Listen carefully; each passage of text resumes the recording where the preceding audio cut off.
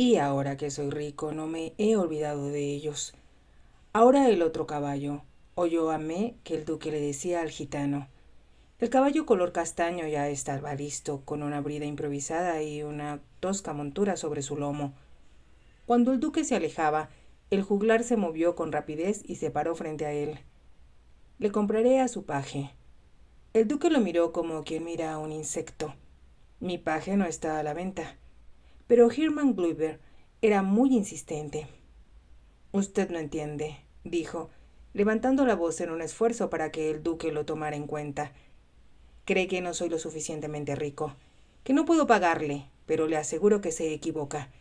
Tengo dinero, mucho dinero, y le pagaré un buen precio por su paje. Tiene el tipo que necesito para mi acto. Para que me traiga las pelotas y los palos y me lleve la capa y el sombrero. Sí, él lo haría muy bien. Necesitará entrenamiento, de modo que no vale lo mismo que si ya estuviera entrenado. Los pequeños ojos azules miraban a Amé como si fuera una mercadería. Algo en el aspecto de ese hombre, en su forma de hablar, le inspiraba a ella temor. Se acercó al duque. Ya le he dicho que mi paje no se vende, dijo el duque impaciente. Ya lo escuché, pero lo que usted diga no tiene importancia. Cuando quiero algo, lo consigo. Quiero a su paje y lo tendré. Se acercó a Amé mientras hablaba y ella, instintivamente, apretó la daga que llevaba en el bolsillo de su traje. El duque le había vuelto la espalda al juglar, pero como si un sexto sentido lo pusiera sobre aviso, dio la vuelta en redondo. El juglar era el más alto de los dos y, sin embargo, la dignidad y la fuerza del duque lo hacían aparecer mucho más imponente cuando los dos hombres se enfrentaron. Ya oyó lo que dije, replicó el duque con voz helada. Yo también dije lo que quería. Le daré 20.000 francos por su paje. ¿Qué me responde? Lo mismo que antes. Nos está causando muchos trastornos. Tenga la bondad de dejarnos solos. ¿Cómo se atreve a hablarme así? A mí, a Glangloeber. Véndame a su paje o lo tomaré por la fuerza. No lo hará. El duque permanecía muy sereno, pero para quienes lo escuchaban, su voz parecía retumbar. La excitada voz del juglar había llamado la atención de los otros gitanos que estaban alrededor del fuego. Los caballos estaban listos y Amé, asustada, puso la mano sobre el brazo del duque. Vámonos, le dijo apremiándolo. Vámonos enseguida. Aunque habló en inglés, el alemán entendió lo que decían, pues dijo en un chillido: ¿Creen que pueden irse? No, tendrán que negociar conmigo porque yo así lo deseo. Aquel hombre sufría un arrebato de cólera. Su rostro estaba rojo de ira y en su frente se dilataban las azules venas.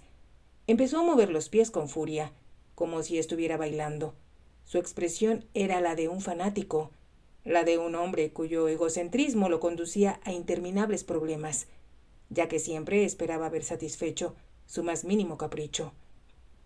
Hermann Glüber había dicho la verdad al presumir que había actuado ante la mayoría de las cabezas coronadas de Europa. En su profesión era un genio. Había empezado su carrera como acróbata y después fue luchador por un tiempo, hasta que encontró su verdadera vocación. Podía hacer cualquier cosa con 3 pelotitas, dando la impresión, a veces, de que controlaba los palos que lanzaba al aire por medio de alambres o algún método mecánico, en vez de manipularlos con sus hábiles dedos. Tal vez por ser un hombre muy alto y parecer más corpulento de lo que era en realidad, sus actos de prestidigitación llamaban más la atención que si se tratara de un hombre pequeño y delgado. Sus manos grandes y gruesas habían cortado la respiración a muchas audiencias, sin importar cuán distinguidas fueran. Hermann Glover dijo también la verdad al manifestar que había ganado mucho dinero.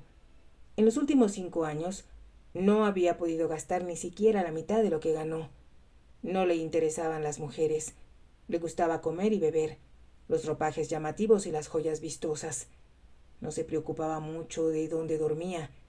Las vicisitudes de sus años juveniles habían vuelto sus huesos tan flexibles que podía acomodarse confortablemente en la cama más dura. Le gustaba viajar, cambiar de un lugar a otro, pero En lo que más encontraba placer era en sí mismo. Poseía una gran imaginación, la que lo ayudaba a inventar trucos extraños y nuevas suertes. Fue su imaginación la que empezó a trabajar al ver salir al duque y a Ame de la oscuridad del bosque y acercarse al círculo de luz junto a la hoguera. Al principio fue el duque quien llamó su atención. Aquel fino ropaje, la brillante hebilla en el hombro, aquella dignidad que formaba parte integral de su persona. Entonces, con la presunción de sus mejores tiempos, Hermann Gruber pensó que él también lucía así. Podía haber sido él mismo quien se aproximaba a la hoguera, con la capa ondulante, la cabeza en alto, y cierto brillo de desdén en los ojos al mirar a quienes le rodeaban. Oír hablar a Ame despertó su curiosidad. Le pareció inusitado que un joven hablara en lugar de su amo. Escuchó su voz suave y educada. Le impresionaron el modo como pronunciaba las palabras, los gestos de la pequeña mano, los labios entreabiertos en una suave sonrisa. Entonces, como en un relámpago cegador, le había venido una idea a la mente. Esto era lo que deseaba, alguien que hablara y oficiara por él, mientras él, el gran amo, lo precedía con el aire y porte de un noble caballero. Cuando se decidió a comprar a Ame, Hermann Gruber no pensó, ni por un instante, que pudieran rehusar su oferta. Todo lo que había deseado anteriormente se arregló con un precio.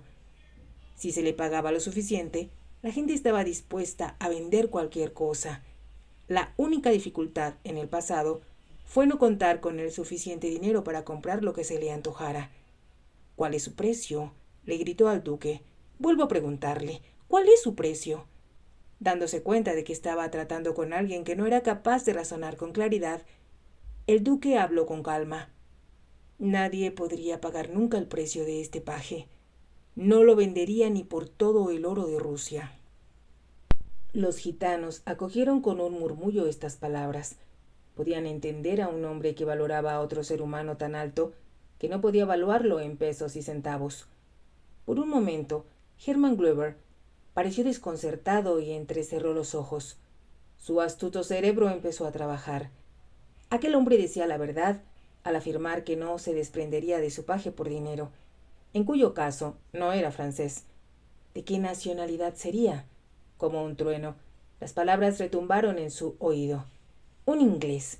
Y todos los ingleses son deportistas. ¿No le habían dicho eso siempre todos los que visitaban Inglaterra? Él no había cruzado el canal, pero esperaba hacerlo algún día. Había creído que sabía todo acerca del carácter de los ingleses. Deportistas. Eso es lo que eran. De un francés podía obtenerse cualquier cosa apelando a su instinto monetario. Para un inglés era siempre vive le sport. La ira que encendía en las mejillas de Hermann Gruber desapareció y una sonrisa iluminó sus gruesos labios. No lo venderá, ¿eh? Pero, ¿peleará por él? Es una apuesta, ¿entiende? Pelearemos por él, con los puños. No es así como pelean los ingleses, con los puños. Esta vez se escucharon excitados gritos. Eran vítores, pero Ame sintió que una mano helada le oprimía el corazón. ¿Qué quiere decir?, preguntó sin aliento. Los gitanos se acercaron, formando un círculo alrededor de ellos. El duque reparó en el peligro en que se encontraban. No eran solo los ingleses los que tenían espíritu deportivo, sino los hombres de todas partes. Sabía que ahora era imposible que él y Ame se subieran a los caballos que acababan de comprar y huyeran. Si hicieran el intento, no los dejarían ir. Estaba seguro. No tenía el menor deseo de pelear con el alemán, pero no podía escoger. Debía aceptar el reto, o lo forzarían a pelear. La claridad de la aurora se abría paso y el sol se elevaba por el este, pero no necesitaba de su luz para apreciar la expresión de los rostros que los rodeaban. El duque la conocía muy bien. La había visto en las luchas en Inglaterra.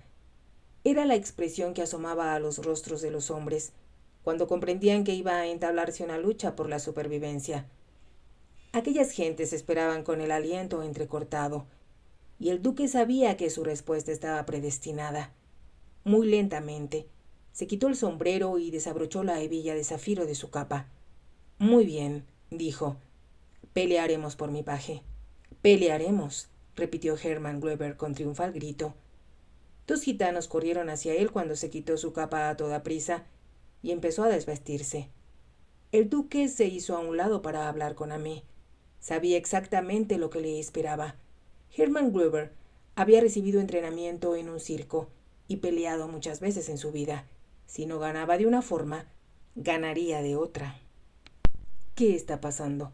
¿Por qué hace esto?», balbuceó Amé. El duque puso el dedo sobre los labios de ella. «No te asustes, pero si algo saliera mal, toma uno de los caballos que compré y regresa al convento. ¿Me entiendes? Si algo sale mal, oh, monsieur, no puedo soportarlo. Suponga que este monstruo lo mate. Calla, calla, no me matará. Solo estoy tomando precauciones por tu seguridad. Es muy importante, recuérdalo». Cuando ella lo miró, él descubrió en sus ojos algo que jamás había visto en otros ojos de mujer. Por un momento, ambos permanecieron inmóviles. Se olvidaron del mundo que los rodeaba. Permanecieron en un mundo encantado. Fue Amé quien rompió el hechizo. De su garganta brotó un sollozo, un sonido débil, pero que fue suficiente para recordarles lo que les rodeaba. El duque volvió la cabeza. Hermann Weber ya estaba listo. Era un hombre corpulento, de fuertes brazos musculosos. Tenía el pecho velludo y sus puños cerrados eran del doble del tamaño que el de un hombre común. «No puede hacerlo, no puede». Las palabras parecieron brotar a través de los labios de Amé desde el fondo de una intensa agonía. Una ligera sonrisa asomó a los labios del duque. «Descorazonada, pensé que creías en mí». Ella respondió al reto. Su cuerpo se puso rígido y levantó la cabeza. «Por supuesto, usted puede lograrlo todo. ¿Cómo pude dudar? Ahora ganaré». Amé emitió una leve risa que se apagó al instante, ahogada por las lágrimas.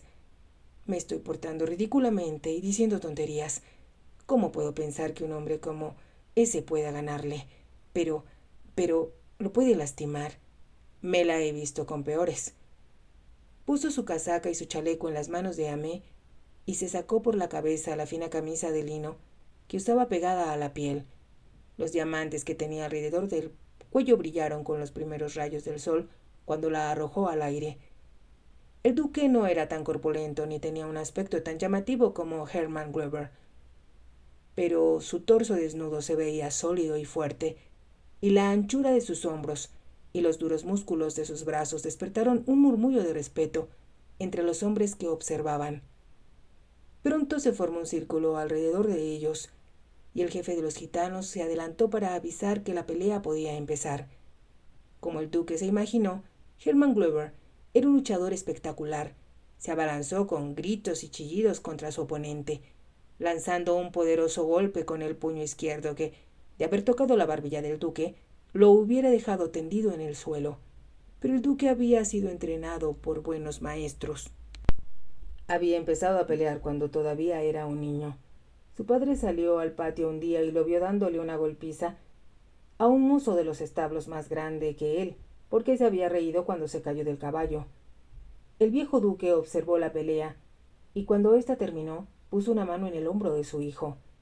«Ganaste más por buena suerte que por sentido común», le había dicho. «Veré que tengas un maestro digno del ardor que inspiró esta pelea. Pero si te consigo un maestro, tienes que prometerme algo». «¿Qué cosa, padre?», había preguntado el joven Sebastián, casi sin resuello, pues sangraba profusamente de la nariz. «Debes prometerme que solo pelearás con tus iguales, o gente superior.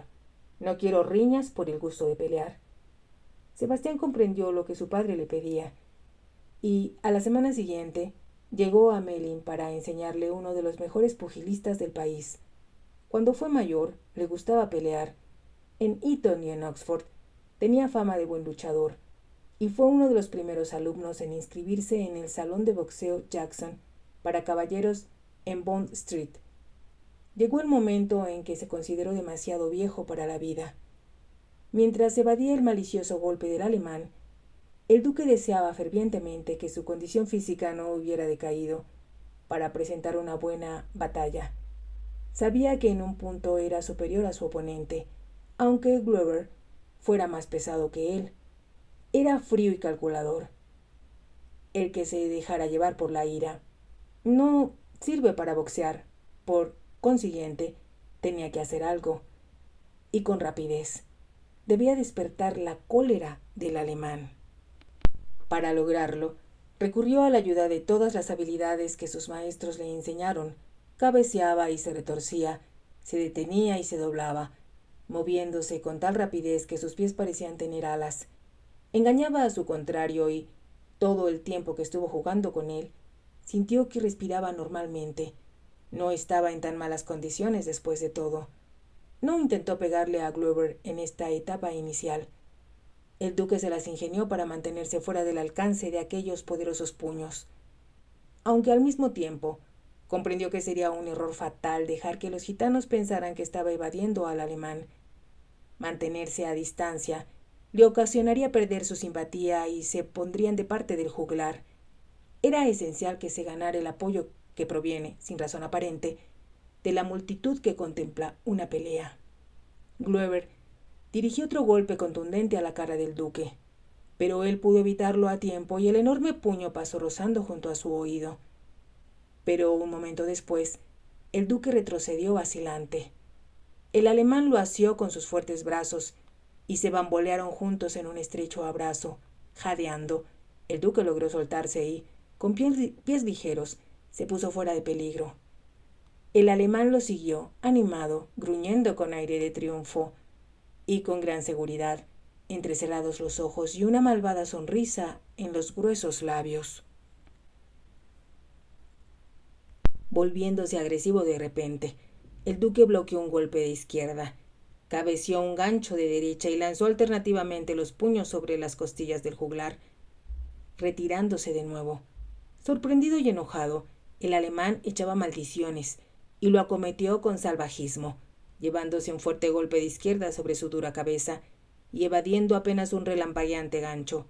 Después, atacó con fuerza y se volvió peligroso al buscar la oportunidad de interponer sus golpes sucios, un cabezazo o un codazo. Pero el duque adivinó sus intenciones y evitó estos trucos. Le dirigió otro golpe, moviéndose alrededor de su oponente, esperando que se descuidara y quedara al descubierto. El alemán le pegó en el hombro, pero no fue un golpe bien dirigido y el duque tuvo oportunidad de contestarle con un rápido golpe a la nariz. Mientras colocaba este golpe, uno de los gitanos le dijo algo a otro que lo hizo reír. Aquello exasperó a Hermann Glover. Cargó contra el duque con una ferocidad que hubiera intimidado a muchos luchadores, haciéndoles perder terreno. El duque cabeceó, evitando los golpes, pero no cedió, y entonces Glover cometió un grave error. Las maldiciones que profería contra el duque lo distrajeron y bajó la guardia por un segundo fatal. El duque aprovechó el descuido y lanzó su poderoso puño derecho con un golpe perfectamente calculado que aterrizó en la mandíbula de Glover, quien, por un momento, casi pareció suspendido en el aire. La izquierda del duque entró en acción y el alemán salió disparado y cayó al suelo con gran estrépito. Se escucharon vítores dedicados al duque y alegres exclamaciones, pero él no les respondió. Se dirigió a Amé y al llegar junto a ella se dio cuenta de que tenía fuertemente cerrados los ojos y de que movía suavemente los labios. Ella sintió su presencia y, cuando él tomó su camisa, abrió los ojos y lo miró. ¿Ganó?, preguntó con voz baja y ronca. El duque asintió. Gracias a Dios, dijo Amé en un susurro. ¿Estabas rezando por mí?, le preguntó mientras se abotonaba la camisa. No sabía por qué hacía esa pregunta, pero era muy importante para él saber la respuesta. No podía hacer otra cosa, no podía mirar. Amé se aproximó y sacó su pañuelo para limpiarle una cortada sangrante sobre la frente. No es nada. Debemos ponernos en camino. Una de las gitanas se arrodilló junto a Glover y le dio algo de beber mientras Amé y el duque montaron los caballos que compraron.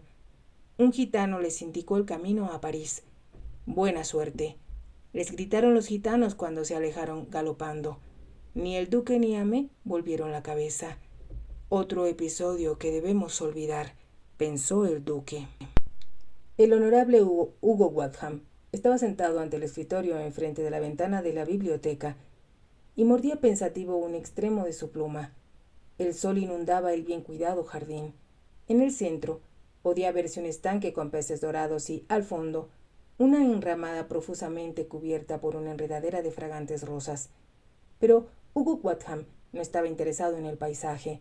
Frunciendo el entrecejo y mirando distraídamente hacia la luz del sol, su rostro aparecía tan severo como una mañana de marzo.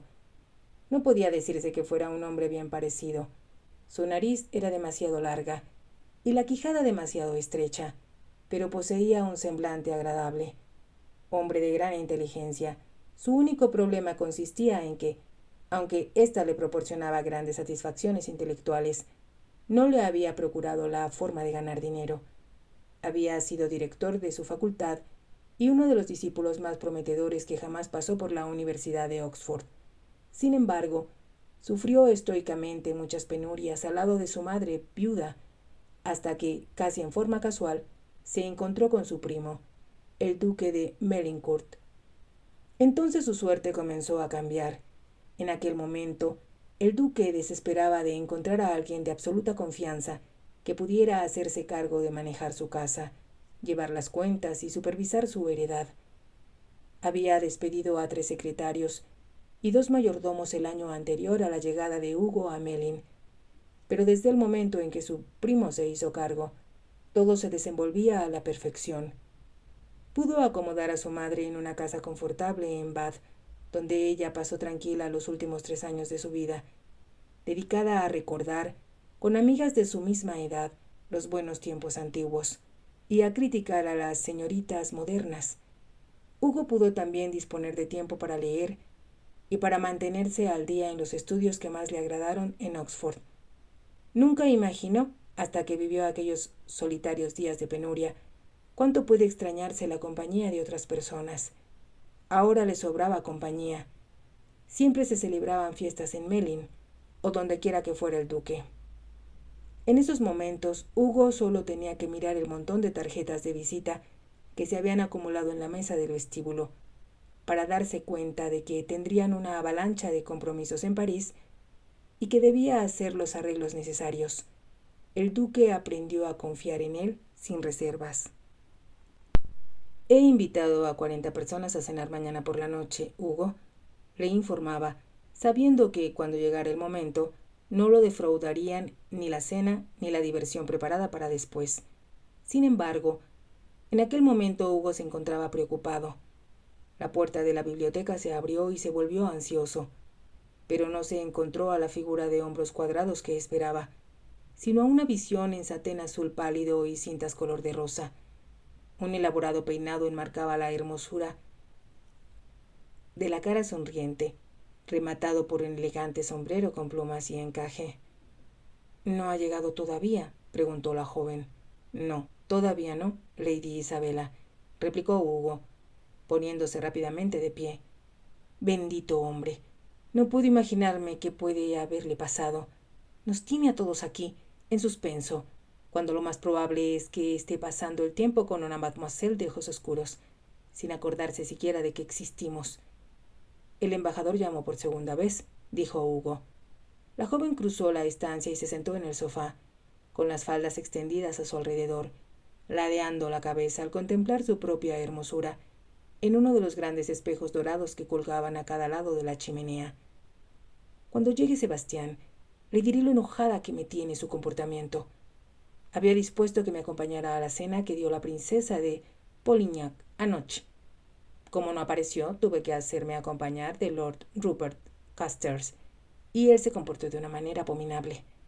A Rupert no le gustan las cenas formales, dijo Hugo sonriendo, y lo demostró claramente. Está furiosa contra él, pero la verdad es que la culpa es de Sebastián. Pero tenga por seguro que me va a oír. Puede haberle pasado algo, a lo mejor tuvieron un accidente, dijo Hugo, siempre dispuesto a defender al duque. En cuyo caso, las berlinas que lo seguían hubieran encontrado su carruaje en el camino. No, puede estar seguro de que ha encontrado una diversión y la está aprovechando.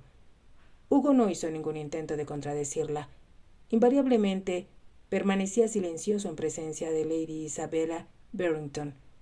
Ella también era prima del duque, pero por el lado materno, por lo que no tenía ningún parentesco con él. Hermosa y consentida, Lady Isabella era la belleza por quien brindaban todos los caballeros de los clubs de St. James. Gozaba de la reputación de haber roto más corazones en su primera temporada que ninguna otra debutante, y era la comidilla de todos los salones. Aunque en realidad ella no había hecho nada para merecer el aprecio de aquellos siempre dispuestos a censurar a las mujeres jóvenes y hermosas. Isabela se burlaba de los convencionalismos e ignoraba los dictámenes de las ancianas viudas, que se creían árbitros de la alta sociedad y, a pesar de ello, se las arreglaba para ser la joven más festejada y solicitada de todo Londres. Ni siquiera su matrimonio, antes de cumplir 20 años, había logrado empañar su éxito. Charles Barrington era un soldado de poca fortuna, pero pertenecía a una buena familia. Se entregaron al éxtasis del amor exactamente 3 semanas antes que él partiera para la guerra en América. Él murió allí, y era notorio que Isabela empezó a divertirse de un modo que todos llamaron indecoroso, mucho antes que terminara el periodo de luto convencional. Ella era exasperante, provocativa, irritante y siempre adorable. Estaba acostumbrada a salirse siempre con la suya, y no concebía que pudiera ser de otro modo. Por el momento, se había propuesto conquistar a Sebastián, llegando a decirle, con toda franqueza, que tenía intenciones de casarse con él. «Yo sería una duquesa encantadora», le dijo en una ocasión.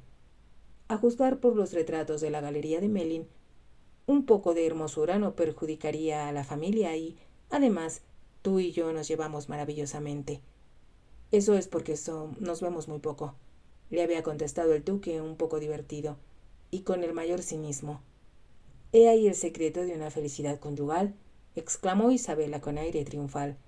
Tú prefieres estar en Melin, y yo adoro tu casa en Berkeley Square. Cuando nuestros caminos se crucen, estaremos encantados de estar juntos. El único obstáculo es que prefiero permanecer soltero. ¿Cómo puede ser nadie tan egoísta?, exclamaba Isabela, pero solo conseguía que el duque se riera de ella. Pero Lady Isabela era persistente. Cuando supo que el duque se marchaba a París, cruzó el canal unos días antes que él. Tenía muchos amigos en la alegre ciudad, y logró que la invitaran a todas las fiestas que se habían planeado para el duque y a muchas otras.